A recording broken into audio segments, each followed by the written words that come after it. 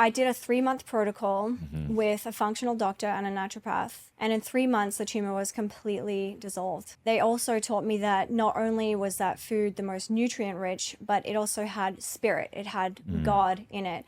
So we're essentially eating energy. Every time I would have a craving for something, like burgers, chocolate, fries, cheese, I would get into the kitchen and make it using wholesome natural ingredients that came straight from nature rather than all these processed foods. Microbes communicate faster than hormones do. So they communicate almost the speed of light. So they can it's called biophotonic. So their level of, once you've switched their food, those quote unquote bad microbes are now like, keep giving me that stuff. The earth diet was all about going back to nature. That's how I was able to heal and break through, and I changed my cellular memory.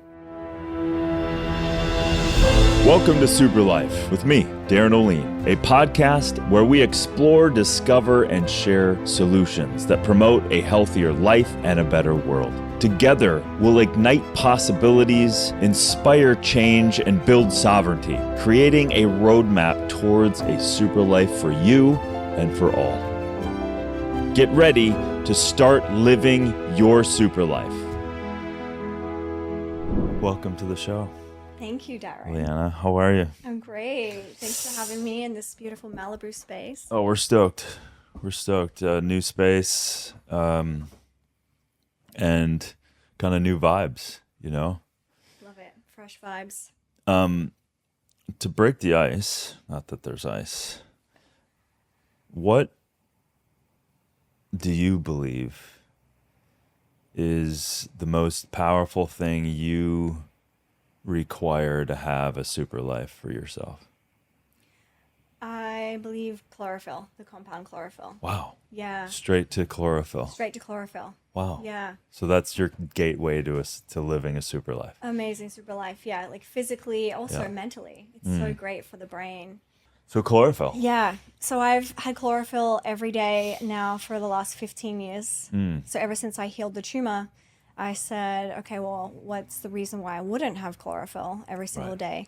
Through liquid chlorophyll, because easy. it's instant cellular nutrition. I Right. still also eat my chlorophyll as well, but Yeah, through plants and stuff. plants, yeah, lots yeah, of yeah, dark yeah. leafy greens, yeah. And it's such a great, I agree. It's one of the great, still unsung heroes, right? It's the blood of the plant, basically, and it's very close and mimics our blood, and it's such It a great does. chelator Yes. of a lot of things, and of course, heavy metals. It's great for a daily detox, just to help out our bodies. And we need that every day, little daily detox Yeah.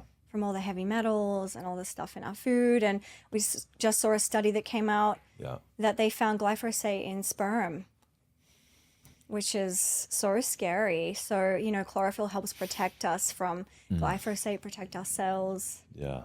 Yeah. Well, it's that whole thing. You give it power. You give it powerful nutrition, so you're.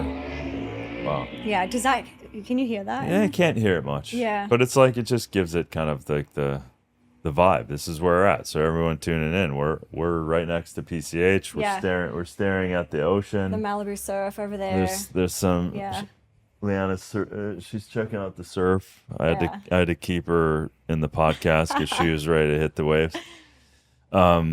So yeah, chlorophyll it's so easy to kind of overlook sometimes. You know, some of the things they've been around forever. Yeah. Right? Chlorophyll's been Yeah. around for a long time. And it's so simple. And it's so simple. It's so affordable. If people Yeah. just buy the chlorophyll drops, drop it into water. Yeah.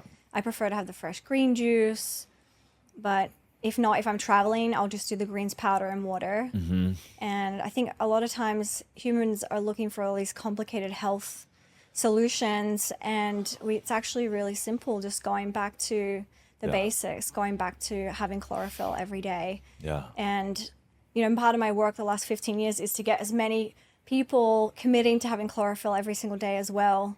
Nice. You know, for the rest of our life. It should be like a lifetime goal. Yeah. Like a long-term. Let's create the thing. chlorophyll revolution. Yeah. It let's is do so it. easy. It's like what a cent to put in your water every day. A Like so cent. cheap, Yeah, right? It's so yeah. cheap and so powerful. And dare we say, you know, not only the chlorophyll itself, but the minerals, the structuring of the water, like there's a lot of benefits. Obviously, you should have good water and filtered clean water. filtered water for sure. Yeah. Yeah, amazing. Yeah. Okay. And if you put chlorophyll under a microscope next to human blood, it does look exactly the same. Right. It mimics the human blood, Yeah. but it's made of magnesium instead of iron. So we are what we eat, we are what we drink. And so I always show my clients that visual whenever they're having chlorophyll water, just to imagine that is becoming their cells. And we want to build our body from those beautiful cells. Right. And everyone's low in magnesium these days. Yeah, right? there was a study that came out saying like 75% of Americans are low in magnesium, which seems like a high amount. I think it's the number one. I think it's the number one Deficiency. Yeah, and when we're deficient in magnesium, we get symptoms of anxiety. We get cravings for sugar, cravings for chocolate. Right. Yeah. And you start reaching. And actually, chocolate itself has a high level of magnesium. Right, which we should eat. Except the right type of chocolate. The right type. Yeah. Which, obviously most of it, the cheap stuff, is high sugar content. And yeah. I love anything below 85 is too sweet for me. Okay, yeah. 85%. Like, I also like to go 100 and just get like straight up wafers. Raw cacao. Yeah, I eat just straight up raw cacao all the time. Yeah. And you get used to it. You get used to that bitter kind of punch. And then you're using it really for medicine at that point. Yeah. It's just straight up medicinal. Yeah, I think it's like my if I were to chew tobacco, it's my tobacco. Your tobacco. Like I just put like in my cheek and gum, and I just kind of let it kind of like the deep dark, slowly absorb. Yeah. Yeah. But that's me. Amazing. What do you think the majority of the people, maybe from your clients, maybe the population at large, whatever you see from your perspective, what do you think is keeping people from living their ideal super life? What do you think could be nutritionally, could be mindset? What are you thinking is plaguing people from living the kind of life that they want? Well, my beliefs, I believe in God and I believe in the devil. And I believe that the devil lies to a lot of people. Could you say the devil is also like intertwined into the ego as well? Yeah. Can easily I am this, I'm narcissistic, I'm whatever that is. I am all those things, those lies that we believe from that dark, dark place. And I think that's a lot of people have built beliefs and thoughts around these lies and they believe them. Right.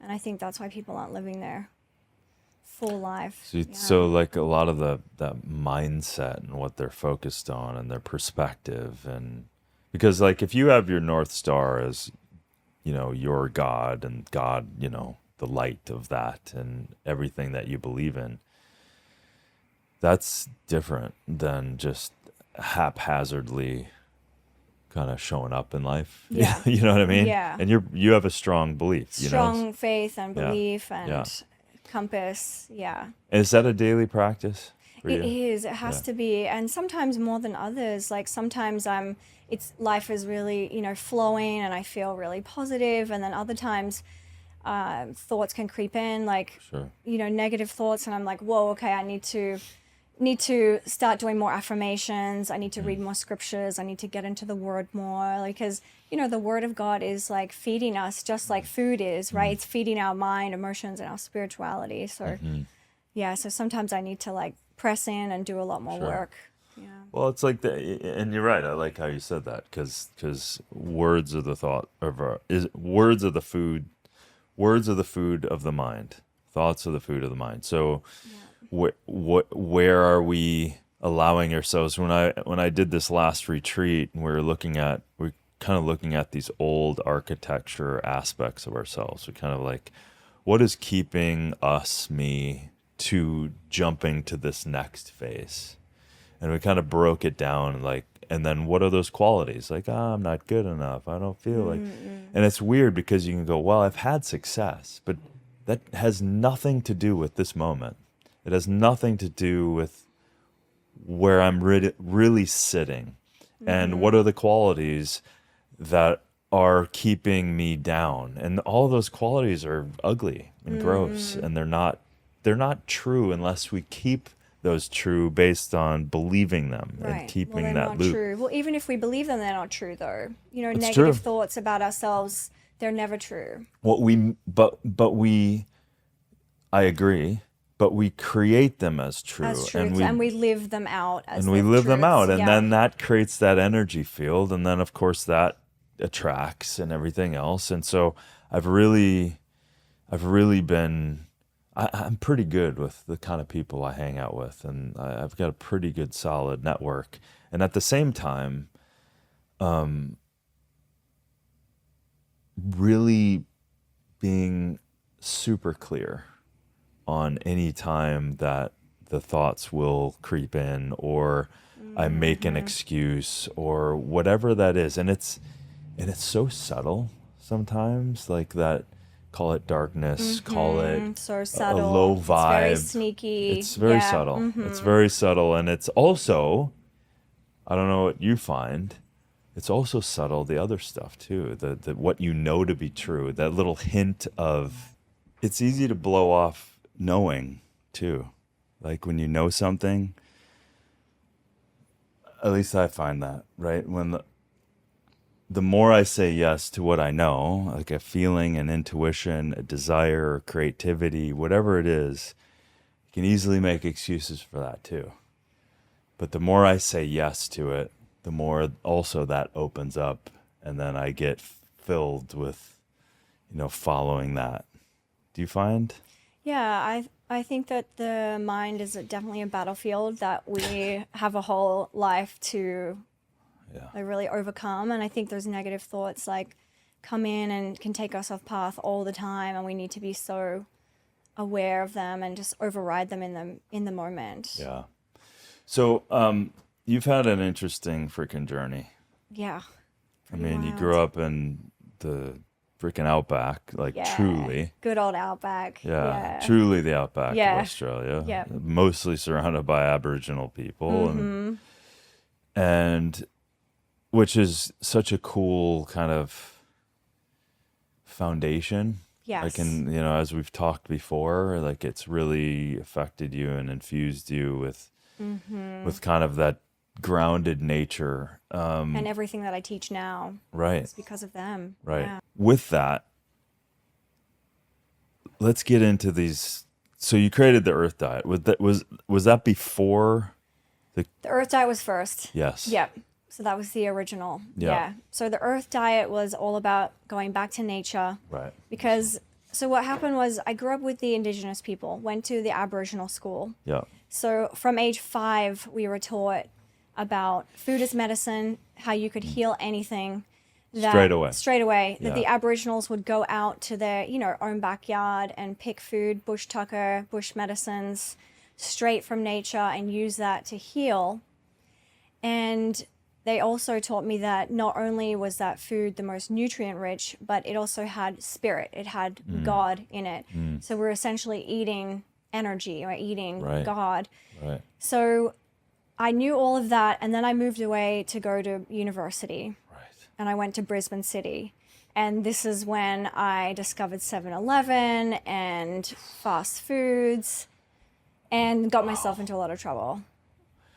And that's interesting because you're and I've seen this in other ways when people come from such an extreme. It's like you don't have a barometer. It's like, and you don't have the same awareness because you're coming from, but you want to experience this and all the other kids are doing it. So you like all of a sudden, Right. you're young and you're just like, yeehaw. Yeah, and I didn't have parents around to tell me not to do it. Like my mum would send me to school with a whole avocado to eat as lunch. And God. I would get teased, not by the Aboriginal kids, but by the white kids, because they're like, well, why don't you have Nutella? Like, we all have Nutella. And I would beg my mom, like, please, can you buy us Nutella? And she Right. was like, hell Pressure no. of, yeah. It's like full of sugar. So as soon as I was out on my own, I was like, wow, no one's around to tell me not to have it. And then also I was going through a lot of trauma from my family, and I wasn't sure how to deal with those emotions and those feelings. And so food became my drug of choice. So it was like a high for me, and I would get high for 5 or 10 minutes and then obviously come crashing down. But that was my go-to to escape those feelings, was food, rather than drugs, alcohol, or sex, shopping, whatever. It was food. Right. So you jumped into the holy grail of ultra processed food and sugar and like every meal, like I would have for breakfast, I would have gummy bears, and sometimes would find them in my bed because I would eat them at night before going to bed. God. I would eat McDonald's for lunch, Pizza Hut for dinner. Like every meal was fast food and ultra processed. So every meal. And I knew it was so wrong because of my upbringing, and I knew I was not getting any nutrition, so I was nutritionally depriving myself. And I also felt guilty because the food was so far removed from nature, but it became an addiction and I couldn't stop it. And that's their plan, right? To create hyper palatable, addicted food. And you just, so you completely. I fell into the trap completely. How many years then? 5 years of that. Straight away. 5 years, yeah. And it was a lot of suffering for 5 years. I was miserable. It was really hard. It was like, when you're addicted to something and when you eat junk food, it leaves a terrible feeling in your body. I was inflamed. I was bloated all the time. I was heavier than I am now. I felt it was like a living nightmare every single day. And I didn't know that I would ever get out of it. Wow. I did not know how to break the addiction. And then I ended up in hospital. Right. With a golf ball sized tumor in my lymphatic system, so 3.7 centimeters right here in my neck. And the doctors explained to me it was early stages of cancer, and cancer gene runs in my family, so not surprised. And I had known I'd done it to myself because of my diet. And it was in my lymphatic system, which is the body's sewage system, right? I put way too much toxins in. And so I was terrified of surgery, chemo, radiation. Surgery was an option, but what I learned from the indigenous people also, they said if you just get surgery and get something cut out and you don't actually also go in and do the deep root healing, it's going to pop up somewhere else. So I was like, okay, I need to heal this like once and for all. And so that's when I really surrendered, got down on my hands and knees. The first time I really prayed to God actually ever, and was like, I need something bigger than myself to heal this, because I'm sitting in hospital and all I want to do is go eat McDonald's, which is only going to make the situation worse. I just couldn't stop myself. And so then after I completely surrendered and prayed, I received the biggest gift a few days later. And the gift was a message which I really believe was from God. It was divine. And it said, create the earth diet, which is going, start it as a blog and eat only foods from the earth for 365 days. So every time I would have a craving for something, like burgers, chocolate, fries, cheese, I would get into the kitchen and make it using wholesome natural ingredients that came straight from nature rather than all these processed foods. And back then, in Australia 15 years ago, you couldn't buy all this. Like gluten-free pasta didn't exist, gluten-free bread didn't exist. So I had to make everything from scratch, which is why I have so many recipes now in all of my books. And so that's how I was able to heal and break through, and I changed my cellular memory. So after that 365 days, I had no desire to eat processed foods and junk foods. And now I've been living that way for 15 years, but it's very fulfilling because, I'll have fries or I'll have burgers, but they're organic, made with coconut oil, really wholesome. Right. So it's like a way to have our cake and eat it too. Yeah, so your cancer goes away. No cutting. Tumor goes away. No cutting. So I did a 3-month protocol with a functional doctor and a naturopath. And in 3 months, the tumor was completely dissolved. Right. So you weren't willy-nilly 100% on your own. You had a team. I had a team of functional doctors testing everything. Yep. And you're like, no, I know how to do this. Well, they told me what to do. They were like, you need to clean out your gut. Right. They said, once you clean out your gut, it's going to drain, your lymphatic system will be better. And so they recommended I did a colonic and a coffee enema every single day for 2 months. Wow. I lived at the naturopath's facility, and that's all I could do. I was so sick. I had chronic fatigue as well. I was on the verge of leukemia. My blood work was so terrible. I had no energy. I was sleeping some days like 18 hours a day. So, but I was colonic coffee enema, cleaned everything out, and then I started juicing. So I was having 6 juices a day. Wow. Every hour, juice, green juice, beet juice, green juice, beet juice, just getting the juice in, because I had learned that the fastest way to restore nutrition back into the body was through juicing. And I wanted to create a new body, talk about cellular memory. So every time I was drinking a juice, I would think, okay, new body's going in, old body's going out, new body in, cancer out, nutrition in, toxins out.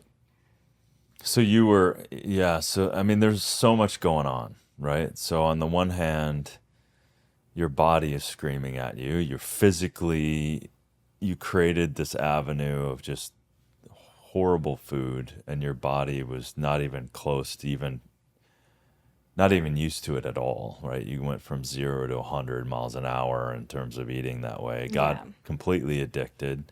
So now your microbes, they just want more of that because you created that environment. Right. So one could argue, because I read a long time ago, that the microbes communicate faster than hormones do. So they communicate almost the speed of light. So they can it's called biophotonics. So their level of, once you've switched their food, those quote unquote bad microbes are now like, keep giving me that stuff. So our cravings become their cravings, right? Their cravings become our cravings, right? So but then the stopping of that, and obviously you needed to put the brakes on because you were a horrible diagnosis. But then I can't help, because I've heard the story before. There's this, there's family, there's emotions, there's addiction, like so, and then you turn into your spiritual nature. So there's a lot of grief around the family. There's a lot. So what were you doing emotionally and mentally? I mean, like visualization, and also thought process. I hear that you were starting to do that. So how did you kind of exercise that kind of thoughts, feelings, emotions out of that? Because that's a lot of transition. That's a lot of change. That's a lot to deal with. All I felt called to do at the time was to nourish my physical body. Yeah. I didn't feel called to do any type of healing with the mental, emotional, spiritual. It was just only physical. And that was changing my emotions. And that was changing my thoughts, just because I was doing that physical act. It wasn't until later, about 4 years later, that I was confronted with, okay, now I need to heal my emotions and my mind. You had like the resiliency now to deal with that. So your body was stronger. And I think also God gives us grace too. Yeah. And so I had just the grace just to focus on the physical part and get that part done. Once I had that strong, a few years later, then I was like, okay, now it's time for me to heal the deeper stuff. And the naturopath always told me, she was like, the problem that you have is because of your upbringing. You haven't dealt with trauma as a child. Right. And she said the fact that it's in your throat, that's a manifestation of not being able to speak up, not being able to communicate. And so, eventually I was like, okay, I'm ready to do that work now and go deeper. And, it's not something fun where we're like, oh, let me confront my childhood now and go do that trauma. It's like, I thought I could get away with not dealing with it. I thought, just focus on the positives in life, focus on my career, and then, focus on my new self. But it came to bite me. And I think that happens for a lot of people too, that, they need to go back to the childhood and really address the trauma there. And then that sets us free. Right. Well, it makes sense too. Like, everyone knows when you're sick, even if you get a cold, the number one thing you want to do is get out of that very uncomfortable place. So you just, take your vitamin D, take your high vitamin C. Like, you want to just rest and recover. So it makes sense that, and then the aperture opens up where you can really, because it's true, like everything is connected. And what was the final kind of, okay, I need to deal with this kind of trauma side? What was that? Well, when I hit 25, I had severe depression and severe anxiety, and I was diagnosed with PTSD as well. So from the trauma. And I was surprised because this was right after I got my book deal with Hay House, which was a dream come true. And the Earth Diet was really blowing up and was becoming very global and very viral. So I was like very fulfilled in that way. So I was surprised when I was having so much depression and anxiety, and then finally, got it diagnosed. And after I got it diagnosed, I was like, wow, okay, it's serious. So I guess I need to address the childhood trauma so I can have a healthy adult life. Yeah. And, I've been on that journey now for 11 years in therapy and doing psychedelic treatments, ketamine and psilocybin, MDMA treatments with different therapists and different shamans. And it's really helped a lot. Do you think that was kind of a big catalyst to get in touch with like a truer sense of yourself? With the psychedelics? Psychedelics, Yeah. Absolutely. Yeah. I think it works for a lot of people who especially have had PTSD because we have a different brain chemistry. If you were a child that went through a lot of trauma, your brain under a scan, it is different. And Dr. Amen talks about this all the time. He does all the brain scans and the brain is different. And so psychedelics really help with people who have been through that extreme trauma and the PTSD. And I mean, it helped me immensely. I don't have severe anxiety, depression, or PTSD anymore. So, Wow. Yeah, but it took a good 11 years, really. Wow. Yeah, I mean, those things under the proper usage and supervision, I mean, obviously people can abuse that too. Yeah, Right. and also I think when people do it by themselves, they can go down a whole different path. It's very different having a guide and an intention. Yeah. Yeah. Intention's key. Yeah. Like almost anything. Like, what's your intention? Like, Right. I was even like aware of that just within group settings. Like, what are we doing here? What's the intention? Let's all come together. It's so powerful. Like, it never ceases to amaze me. Intentions. Yeah. When I did my first psychedelic ayahuasca, and that was 98, 99, I was so clear in that intention. Yeah. The second time I did it, I was willy-nilly on the intention because my friends wanted to do it too. And I got the crap beat out of me. Yeah, I remember you saying, yeah. So, I mean, just that alone, and you're playing with those powerful compounds, like that intention is, and all the people, like, I understand it's a powerful tool, but just be very clear for when you're feeling, I want to do that.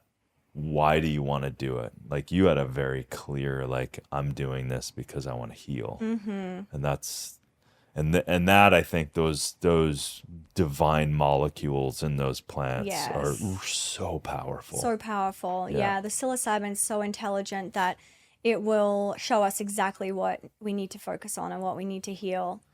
And then that's why I love the MDMA combination, because that floods the brain with serotonin, so you're feeling great. So you're not reliving the trauma. You're not feeling bad as you're bringing out the trauma. You're feeling good, but the psilocybin's really getting in there and doing that deep work. Right, so it gives you a little space. Gives you a lot of space, which is nice. It's such you get such relief in the session. Yeah.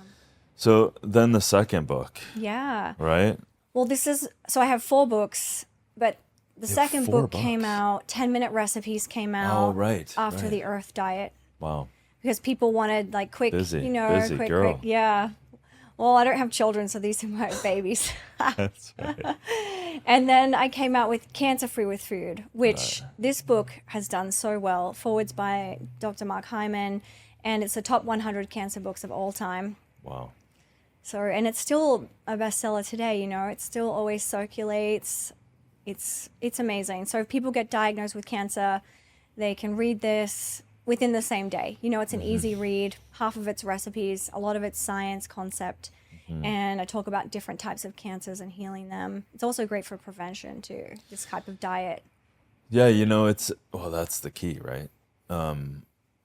It's such a, it's such a tough wrestle, because usually someone who's diagnosed, they're being diagnosed by the conventional, apparatus, call it, and then they have kind of virtually one script that is, chemo, radiation, cut it out, surgery, all of that stuff. And that's kind of it. Yeah. They don't have and they don't invite in other modalities, which is just on the surface is insane. Right. The whole business model of it is Yeah. insane, and it's not set up to really help people heal in the long term. Right. Yeah. So how does one address that when someone, the white coats on that side say, hey, this is what we see, you have cancer, here's your options? Yeah. I always recommend getting 2, 3. maybe 3. I got 3 different opinions. So getting 2 or 3, because doctors are all different. And I had one tell me I had stage 1, and then I had one tell me I had stage 0. So it's like they're interpreting the same results. You know, it's the whole doctor thing can be bizarre. And I know that they serve a place in our society, but I've had patients tell me that, oh, the doctor said I can eat whatever, or I should have a Coca-Cola after my chemo because the caffeine will help me. Wow. And saying, you know, certain foods, it doesn't matter. Right. And of course it matters. And I don't know why people are still listening to doctors that have had 0 to 4 hours of nutritional training. In their whole 12 years of medical school, they do 0 to 4 hours of nutrition. That's it. Yeah. So therefore, doctors should not be allowed to be given nutrition advice. Just like as a nutritionist, I'm not allowed to give medical advice. Right. That's fair. You know, there should be some kind of thing in place saying that doctors, unless they've done a nutritional program, should not be able to say anything to the patients because they're doing a lot of damage. Yeah, and they shouldn't say don't do that either. Like, you know, if they say, hey, I want to eat plant-based, they shouldn't say, well, that's not going to help. Right, or I'm going to start juicing, and they're saying it's not going to help, which is insane. That's not even common sense. It's, I mean, that's the thing. It's so out of common sense that the fact that people still would listen to that today. But, you know, and then there's billions of people that don't have any other choice, right? They're kind of funneled into the system, which is, you know, which makes me crazy. Like, you can look at so many of these systems and they're broken. Yeah. And we have an old operating system at the moment, and we desperately need to change that. And you and I talk about the energy thing all the time too, you know, this free energy. Like, we need to change all of this, all of the systems. Yeah. The systems, man. I have confidence in changing systems. I don't know, in the last, post-COVID, there was a lot of bullshit. There was a lot of lies. There was a lot of, like, people just blatantly were just crazy. And you could make an argument on both sides, but there's something that just opened up, and people that don't want to believe anything else just aren't going to believe anything else. But the whole bunch of people that woke up to a lot of stuff. And cut to, I'm writing, Fatal Conveniences at the time, right? So I'm looking at, fluoride in toothpaste, and PFAS on dental floss, and EMFs in, hurting children. Like, I'm looking at all this going, holy shit, over and over and over again. So we just kind of exist. And if we don't turn and question, then we just are now a victim of the systems that are broken. Right? Yeah. And so if you don't push back on it, just like, I'm just addicted to, I'm just going to eat whatever everyone else eats. Well, largely, you probably would have died. Yeah. Not to be dramatic. I would have been a statistic, another statistic. Yeah. But the spirit in you, and your upbringing, right? My roots, Your roots was just literally like, no, there's another way. You didn't succumb to that system, like, we're going to do this. You're like, there was a knowing. You listened to it. You said yes to it. You followed your path. And then your path also created the path for other people, right? So you put that path to work. And you didn't know this was going to happen. Right. I had no idea. Yeah.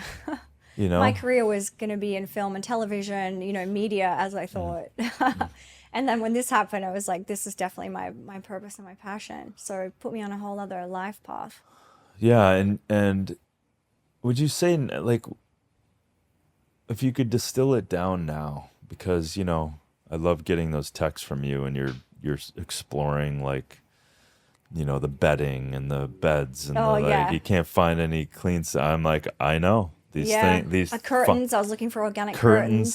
Finding the right stuff is weirdly difficult sometimes, right? Even when we know it, and then you're trying to find a solution, and you're like, holy shit, sometimes there isn't any. Right. And you're going, wow, they're better, maybe. And then you come to find out, like, how is this possible?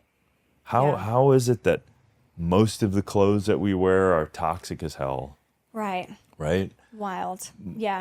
Most of the beauty products that women use are toxic as hell. Creating cancer. Right. They're absorbing it into the skin without realizing it. And if your mattress or your bed or your sofa is not made with organic fibers, it's made with petrochemicals. Yeah. And people don't know this, that they're breathing in petrochemicals all day, every day Third in of their their home. life. Third of their life. You're sleeping on that mattress. You're breathing that in, and it's no wonder we have such high cancer rates. Like, petrochemicals are no joke. I couldn't believe that when I found that out. Yeah. And that the industry has been getting away with that for so long. The food industry is getting exposed, which is great. That's all coming to the light. But the bedding industry and the sofa industry, it's still hush-hush. People aren't talking about that. And the clothes, too. I mean, the clothes. It's like all of these materials are, again, it takes a little while for people to even hear what you just said. Yes. Now let's just pause for a second. Seep that in. Yep. The origin of this stuff is from petroleum, oil, right? Yeah. And plastics and plasticizers and chemicals to allow for malleabilities, and then we're wearing it. We have our underwear, we have our clothes, we're sleeping in it, our sheets, and then you have dyes and formaldehydes and fragrances. Perfumes are the worst. Yeah. Yeah, so it just keeps going and going, and then so now you just continue to peel back the layers. And my whole philosophy has been always live as natural as possible in this modern world. Yeah. And that's something that the indigenous people taught me, and they were like, okay, sister, like, go out into the world and teach people our ways, because we have so much to learn from them. And they were so simple, just living straight from nature. They didn't have fast foods. They didn't have clothing that was made with all of these chemicals. Right. And some people might hear the word petrochemical and think, oh, well, what's so wrong with it? But if you just Google it and type in PubMed petrochemicals, there are a ton of studies that come up that show it not only causes cancer, but it can cause birth defects. Yeah. It can cause infertility. Yep. No wonder our infertility is so high. Like, both sides. It's no joke. PCOS for women, testosterone. Hormone disruptors. The EDCs and endocrine disruptors are just like are just running off wild. the charts. Yeah. So the more natural we live, the healthier we feel, the better we feel. We think better mental health. It's just, life is way better, like living as natural as possible. So I have a natural checklist that I give to all my clients so they can tick it off. We start with the kitchen, and then household products, skincare products, makeup, and clothing. Get an air purifier, get a water filter, get a new mattress, get a sofa, tick all these boxes, and eventually you have like a beautiful natural environment that you've created. Yeah, because, the air quality in the home is worse than the air quality outside. Yeah. Because of this, the chemical soup. And then we shut the windows, we turn on our AC, we recycle all of that stuff. Yeah. And it just becomes, and then we live most of our lives inside, which the indigenous never did. Right. Right. So it was the opposite. Outside, total opposite. Yeah. Yeah. So it's like, it's like this perfect storm of just utter insanity. And now, listen, easily people can get overwhelmed. And I totally get that. And it's one step at a time. And it's a slow integration process, but it starts with the intention. in your mind of saying, okay, I do want to live a natural lifestyle as much as possible. And I'm committed to doing that for the rest of my life. So where can I start? You know, and do the things that are easy to start with. Maybe it's juicing every day. Maybe it's changing your bed, changing your sofa. Like start with things like that. And then the momentum gets going and you just feel better and better. Yeah, you know, I don't know about you, but I love when I get to integrate it. Like when I make a choice and then I like have that t-shirt on or have those clothes on or have that new mattress and I know it's healthy. Yes. And then you're like Good feeling. sleeping in this it's just like It's divine. it just feels, and you know you did something. You know it's better for you, and there's something about the power of that integration that I just It's powerful, Yeah. and it's a solid integration. It's because it's permanent. yeah.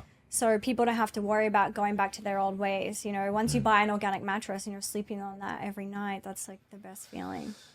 From like personal care and all of this stuff, what do you think? What are some of the first, you know, top few things that you think maybe women should change straight away? In Tampons. Oh yeah. 100%. Oh man. Has to be organic tampons Right. because ladies, you do not want to put bleach and all those Bleach and chemicals plastic and into your vagina, and Yeah. it's like, you know, you're absorbing that, and that's something I think a lot of women don't think about is Right. tampons. So that's like a big one, and What's- then deodorant also. Right. Because What's the deodorant- alternative for I mean, there's obviously the insertable tampons are just like toxic loads. Yeah, well, they do have organic cotton, Yep. so that's a lot better. Yep. But you think about the indigenous people and what they did. Always think, what did they do? The women, first of all, would all get their periods at the same time, and they would just let it flow. There's no tampons, right? They're not like, but they were away from the men too for 3 days. Like the women keep to themselves. It gives men a break, gives women a break. We need that. Right. You know, we need the break. And then they would just let it flow, which is, you know, what we're meant to do, but Right. as natural as we can in this modern world. Yeah. So then the fragrances. Fragrances. So I have not worn perfume for 15 years, ever since I found out how toxic fragrances are. And especially because we put them right into our lymphatic system, on our neck and our wrists. Totally. And fragrances are linked to birth defects and even autism in kids. Like, it's really serious. And the fragrance industry is another one that hasn't really been exposed yet. It's also offensive, you know, if you're walking down the street and someone's wearing fragrances, or you're stuck on a plane with someone wearing them and you so have to breathe them toxic. in. It's so toxic. I feel violated. I it, do. It does feel like a violation. Yeah. And it's like cigarette smokes. It's really that toxic, breathing it in. So my solution to that is wearing oils. You know, that's how the Egyptians Totally. used to do it back Totally. in the day. That's how they made Cleopatra, perfumes. baby. Yeah, all those beautiful rose oils and vanilla. I wear vanilla lotion, this vegan Ecobella vanilla lotion. I've worn that for 15 years, and people are always like, "You smell so good. What is that?" And I'm like, "It's this vanilla lotion and my rose oils." So that's perfect, ladies. That's all we need, you know. Yeah, and then And men too. oh yeah, you I mean, know? I'm essential oil. Like Yeah. that's it. I just did my laundry and lemon essential oil, and Nice. it's like it's. Oh, that's why you're smelling so fresh Yeah. Love that. Yeah, and looking so fresh in your all organic clothes, by the that's way. right. All industry of all nations, my guys. It's amazing. Undyed, unbleached, and you know this color Incredible. it's a natural Andean cotton color. It's not even bleached. Oh, I love that. You know? Yeah, that's to the next level. See, my next goal with my natural checklist is clothing, because that's something I can definitely improve on. Is not buying into the fashion and the trends. You know, I can get sucked up in that, and just committing to have more organic wardrobe, which I'm building my organic wardrobe now, but definitely could Yeah, it takes time to It integrate it, and for sure. And the thing I say, do the underwear first, like inside to love outside. that, Get yes. clean underwear. It's close to the intimates, men and women. that makes Do sense. that first. Yeah, totally makes and sense. then move out. It's just like the mouth, like clean water, clean food, and then those, you know, daily habits start to change. So what's like, you're so busy, you're cruising, you're committed, you're passionate, you're on purpose. I love it. Where are you going next? Like, what's your big why? What's pulling you right now? Yeah. Well, I came out with my anxiety supplement a couple right. years ago. So I'm working on that and just developing that, getting that into more places. And then I have a few video courses that I launched. So I have one, a natural healing one, where I teach people how you can heal anything with nature, with natural remedies. And then I have a weight loss one and a gut healing video course as well. So just focusing on that, working on that. And then I just started about a month and a half ago developing a regenerative organic food line. Oh, So I've always wanted to have a food line, you know, and 15 years in, I feel like now's the right time. Nice. And regenerative organic is the highest organic certification you can get. So it'll be really for people who care about the cleanest foods. Like even our certified organics have contaminants with chemicals, which is shocking. Obviously, it's better we eat organic. We're removing a lot of the nasties, but regenerative organic is a whole other step. And when you buy something regenerative organic, you're giving back to the farmers and you're helping support the farmers in regenerative agriculture and regenerative farming. So I'm super excited to get that going. Oh, that's incredible. Yeah. I'm stoked for you about that. And the thing is too, people can easily, and they always comment, I can't afford that stuff. So this is what I say.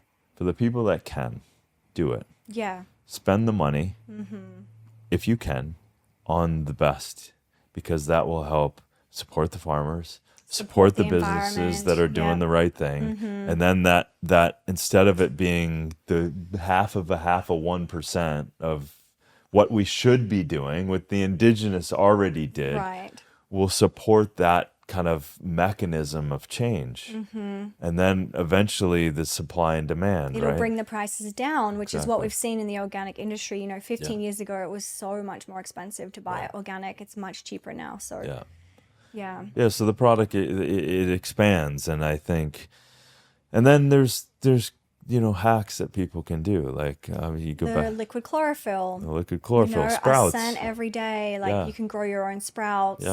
Yeah, there's amazing hacks you can do. The more plant-based you are, the cheaper it is. As soon as you add in organic meat, grass-fed meat, you know, that costs a lot more. So it's cheaper to go more plant-based. There's definitely a lot of hacks for budgets. Yeah. So you got some good projects coming up. Yeah. And I know I'm you gonna be support, busy. and you do a lot of vetting.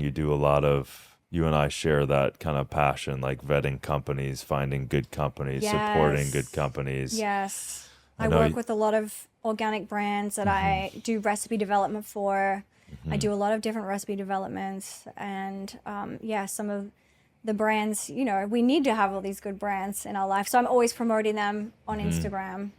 Yeah, and I think that's where people, and it pisses me off too when people like, oh, now you're just selling stuff. I'm like, well, people ask, so therefore I vet, I scrutinize, I find good things. Like, what do you expect? I get hundreds and hundreds of questions all the time. Right. And so that's part of our duty. It's our job to do that. But Right. not only that, is like they're getting sold to 24/7 from the world and this From crap. corrupt system. Totally. And they're getting fed all this stuff. So someone needs to redirect their spendings.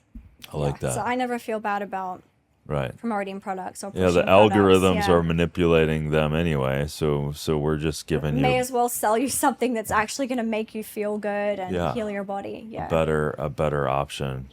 I love it. You got some trips coming up. Yeah. You got some Going to other. Spain Yeah.